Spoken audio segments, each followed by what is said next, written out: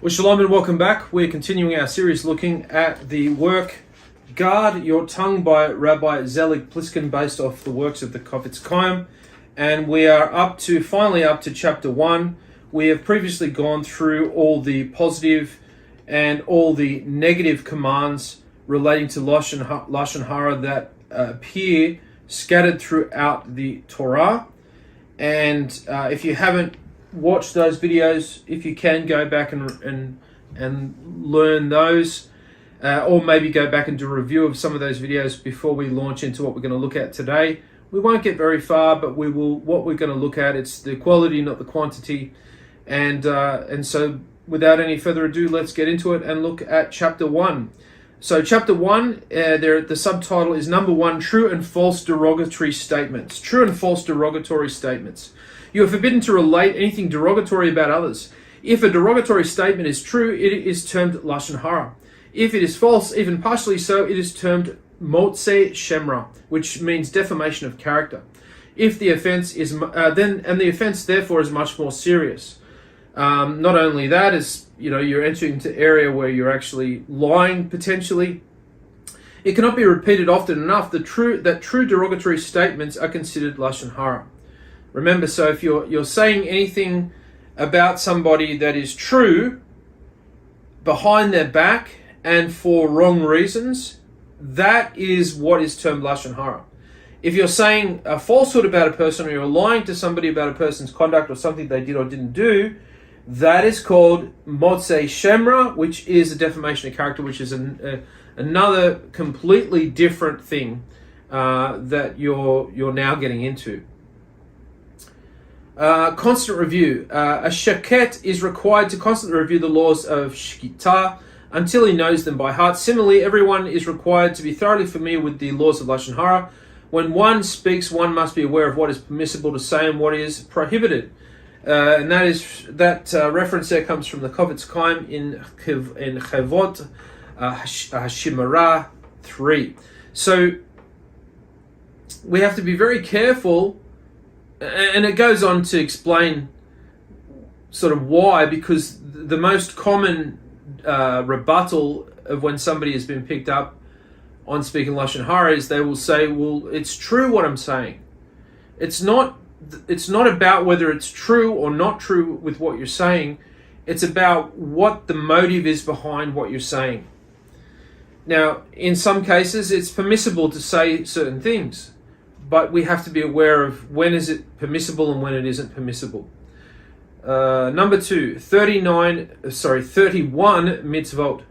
By speaking Lashon Hara, you violate numerous Torah commandments, a total of 31 mitzvot, 17 prohibitions, and 14 positive commandments.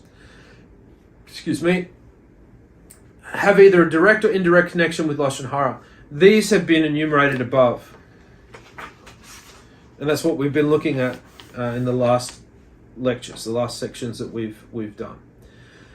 Who wants life? The Talmud in Avodat Zarah 19b relates that Reb Alexandre called out, "Who wants life? Who wants life?"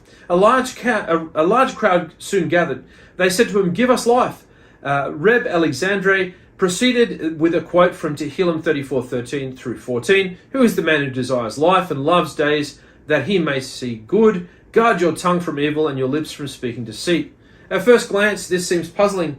What novel idea did Reb Alexandre reveal to these people who merely cited a verse known by all of them? The Chofetz Chaim explains thus: when people first heard Reb Alexandre's offer of life, they thought he was selling a drug or medicine that had the power to increase a person's lifespan. But he showed them a spiritual drug that can actually give a person long life in this world, as well as Olam Haba, that is the world to come. It is worth noting that the Chofetz Chaim lived for almost 100 years himself. Every single word of Lashon Hara is a separate transgression, and this is multiplied by the amount of commandments violated by that narrative. If someone speaks merely 10 words of Lashon Hara a day, in the course of a year he will have spoken thousands of words of Lashon Hara. But in fact, someone who doesn't guard himself from Lashon Hara will speak hundreds of forbidden words every day. On the other hand, if a person is careful, he is credited with mitzvot for every moment that he refrains from speaking Lashon Hara, since we are dealing with such an enormous amount of mitzvot, we can understand why refraining from Lashon Hara has a special life-giving quality, and the source from that is the Chivot Hashimara 1. So if we have a problem, if you recognize that you have a problem with Lashon Hara or Motzi Shemra or Rekulus or anything, or Rekulot, anything like of that nature, that is causing great detriment to your soul, then in an immediate sense, it's probably a good thing to downsize or reduce the playing field in terms of your social frequency and maybe the time that you spend talking to people on the phone, at least initially, until you can begin to get some sort of fair measure in order to be able to control your speech.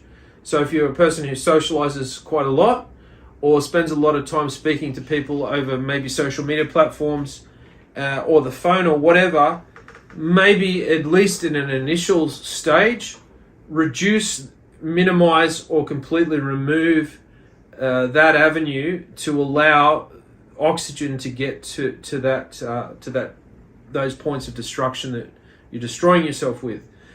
And then over time, you can rehabilitate yourself and get back into those spheres, maybe to a lesser degree, and conduct yourself in a much more righteous way. But it's very hard because it becomes a habit. It becomes just an habitual thing that we do. And so once we become more conscious of the things that we say over the phone or on the internet or whatever, we can certainly do a lot better and potentially guard ourselves against thousands of sins that we commit on a daily basis that prior to understanding all this we're not even aware of. Number 3, habitual speakers of Lashon Hara. Someone who only speaks Lashon Hara occasionally is guilty of a serious sin. But those who habitually gossip about the faults of others are guilty of a much graver sin, since they continuously and repeatedly disregard one of Hashem Yisbarak's mitzvot. Habitual offenders can often be found sitting around making disparaging remarks about others. Reuven is a good-for-nothing. Just the other day he blah blah blah. Don't think that Leah is so special. She comes from a family that is blah blah blah. Do you know what I just heard about Shimon? There's some examples there. Our sages have labeled these people balei Lashon Hara, habitual speakers of Lashon Hara, or masters of evil speech, essentially. The Talmud in Tractate Erkin 15b states that someone who constantly speaks Lashon Hara commits sins greater than adultery, adultery, and murder. Wow. The enormity of constantly speaking evil of others is such that a Baal Lashon Hara loses his share in the Olam Haba unless he does tshuva, according to Yerushalmi Pehei 1:1. Okay, I've probably got your attention now. I've got my attention now. Dangerous wires. Handle with care. The invention of the telephone has made it possible for someone to become a Baal Lashon Hara in the very comfort of his own home, without expending excessive energy. Beware of Lashon Hara when speaking on the telephone. If a person with whom you are conversing insists on relating Lashon Hara, you should rebuke him. If this is not possible, find an excuse to hang up. Excuse me, something's just come up, the Lashon Hara, and discontinue the conversation. And if you find that you have frequent conversations with friends where you just, both of you, when you get together, you can't help yourselves, then stop calling the person. Stop calling the person. Cut it off. Cut it off. Number 4, relating Lashon Hara under pressure. There is no difference between freely volunteering Lashon Hara and being pressured into relating it. If someone would entice you to eat unkosher food, would the food then be permissible? The same principle would apply to Lashon Hara. We have an example here. David was burning with curiosity to find out the identity of a person who had done something wrong. Look, you can tell me. We've been good friends for years. I promise I won't repeat it to a soul. Just give me a hint. If you don't tell me, I'll make you regret it. I won't budge until you give in. Regardless of David's persistence, his friend must steadfastly withhold the information. Number 5, refusing one's parent or teacher. If a parent or teacher asks you for information about an incident and you know that a reply would involve Lashon Hara, you are forbidden to answer them despite your obligation to honor them. Of course, extreme care must be taken to to word your refusal in a respectful manner. However, if this information is required for a beneficial and constructive purpose, you are not able to censor the wrongdoer yourself, then you are permitted to relate this information to them. Obviously, if it's something that is going to save somebody from being harmed, or save somebody's livelihood or something like that, it has a practical purpose, of course, but don't go overboard, don't embellish it, and certainly as you're saying it, don't try not to garner any excitement from it. But we tend to enjoy it. It's the Yetzirah, and we have to refuse that.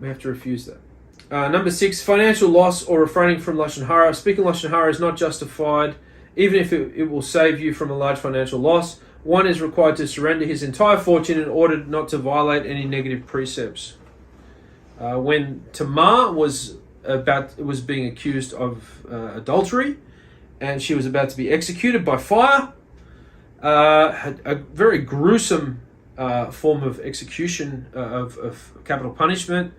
She refused to speak Lashon Hara against Yehuda, and rather held aloft his objects that he gave with her in safekeeping until he could pay her a goat, I think it was. And so therefore she left it up to him to admit that he was the person. In which case he admitted, and it was one of the first acts of tshuva we see in the Torah. We have an example here. Mr. Goldberg's boss wanted his employees to make derisive comments about his competitors. The more caustic the comment, the higher the employee rose in his employee's esteem. Mr. Goldberg was fired from his job because he refused to speak Lashon Hara. Mr. Goldberg's loss of income caused him and his family much suffering and hardship. Nevertheless, he would not have been allowed to act differently in the circumstances. It just goes to show you what's at stake. But we seldom look at this subject, and we need to really be learning this subject all of the time. It's embarrassing, and it's shameful that there's so many of us out there that really don't sit down and study the laws of Lashon Hara diligently and regularly. We're really having ourselves on, if we've been perfectly honest, really. Number 7, when it is difficult to remain silent, if you find yourself in the company of people who are gossiping about others and you're not able to leave them, even though you may feel uncomfortable being the only silent person present, you are nevertheless forbidden to speak Lashon Hara. No person likes to appear dull or unsociable. However, the consolation is in the reward for such silence, which is in direct proportion to the difficulty endured. According to Pirkei Avot 5:25, remember, it is better for a person to be considered a fool throughout his entire life by man than to be considered wicked for one moment in the eyes of Elohim, according to Tractate Ediot 5:6. Concerning such situations, the following words of the sages definitely apply. For every second that one remains silent, he will merit a reward of a magnitude that is beyond comprehension of even Malakim, celestial beings, according to Derogatory. If somebody is being shamed publicly and they remain silent, we're told in the Jewish writings that they are partners with Hashem in creation. So if you are ever being shamed publicly and you remain silent, not only during the incident, while you're standing there in the public eye, but even afterward, in an ongoing way, you remain silent, you are called a co-creator of the world with Hashem. And there are many merits and benefits that potentially come your way. And in fact, in the fresh hours or minutes or hours after remaining silent and looking a fool in front of the public eye, if you're being ridiculed or shamed, we're told that it's a good time to pray to Hashem and ask for something, and He will give it to you. Number 8, writing Lashon Hara. The transgression of Lashon Hara can be committed through speech or writing.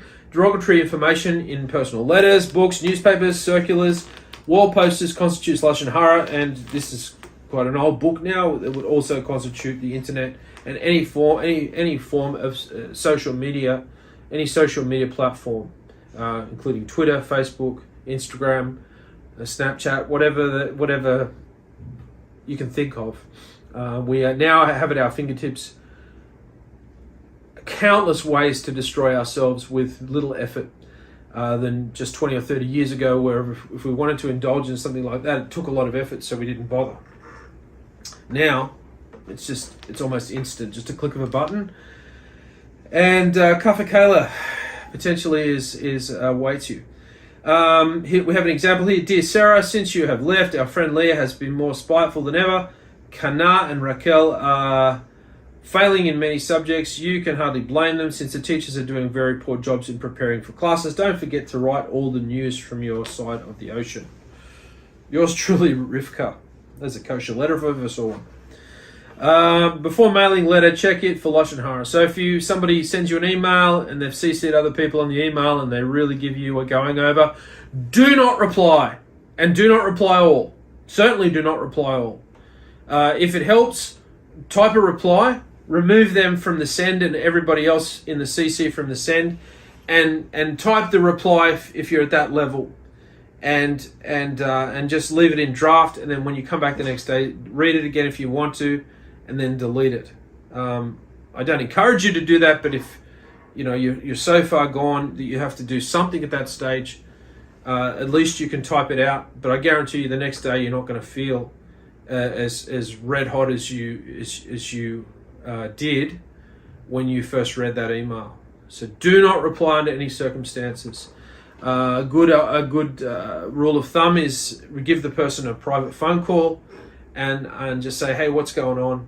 And 9 times out of 10, you'll find that maybe they misunderstood you. And if they didn't misunderstand you, they sound a heck of a lot nicer when you're talking to them on the phone than when they're on the email. So many times I've dealt with people via email, and on the email they've got like a serpent's tongue, and when you talk to them in real life or over the phone, they're beautiful to speak to. It's almost like it's Dr. Jekyll and Mr. Hyde.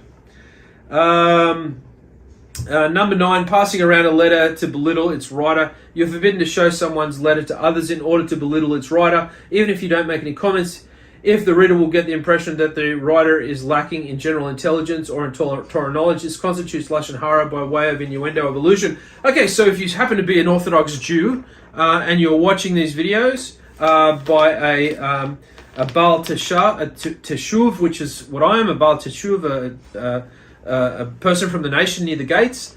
You might want to have a bit of a laugh at some of my execution, at some of the Hebrew that I'm trying to read. Or some of the, and then you send it to a friend for a little bit of a chuckle. Yeah, all the best with that. All the best with that.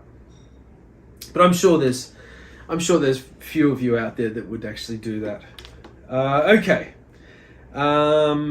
Mordecai received a letter from Chaim full of misquoted Talmudic statements, faulty logic, and spelling errors. He is forbidden to pass around the letter with the intent of ridiculing Chaim. Number 10, sign language. You are forbidden to convey Lashon Hara through hints and signs, hand or finger motions, something like that. Facial expressions, funny, just shooting somebody a quick sort of facial expression and raising your eyebrows. Lashon Hara. Mr. Weiss is a considerate fellow. Sure he is in a sarcastic tone. Joe is a very honest, you've heard that before. Sarah is extremely clever with a wink of the eye. I didn't actually say anything bad about the fellow. It does not alter the fact that you have nevertheless conveyed a derogatory message. Number 11, and this is the final one, and we're finishing on page 35, chapter 1. When you include yourself, adding something derogatory about yourself when you disparage others does not mitigate the fact that you have spoken Lashon Hara. This includes instances when you mention that you and a friend both did the exact same action or have the same fault. You are beginning to talk about yourself. Ben and I both shoplift when we were younger. Nobody in our group studies Torah properly. I don't give enough charity, but neither does Mr. Stern. One of the ways Texans speak is that they'll say something derogatory about a person, and at the end of the statement they'll say, bless his heart. Oh, bless his heart. Like say, blah, blah, blah. It's something really bad. And then they'll say, bless his heart. And the motive behind attacking on bless his heart is to try and sort of mitigate the sin. It's still a sin. It's still lashon hara, but by perhaps including yourself in it, doing whatever you can to kind of, smooth it over a little bit better. It doesn't do anything. It's just adding to, maybe you put more thought into executing the sin than a person that doesn't do that. So you're probably worse off. I hope you've enjoyed looking at chapter 1 of the laws of evil speech, guard your tongue is the name of the work, and we're up to chapter 2 now. I just did another video and I was talking about this, and I called it guard your eye, or guard your eyes. So I had to do a little bit of a quick edit there. Thank you so much for joining me. I hope you enjoyed this short video looking at this book, and until next time, bye for now.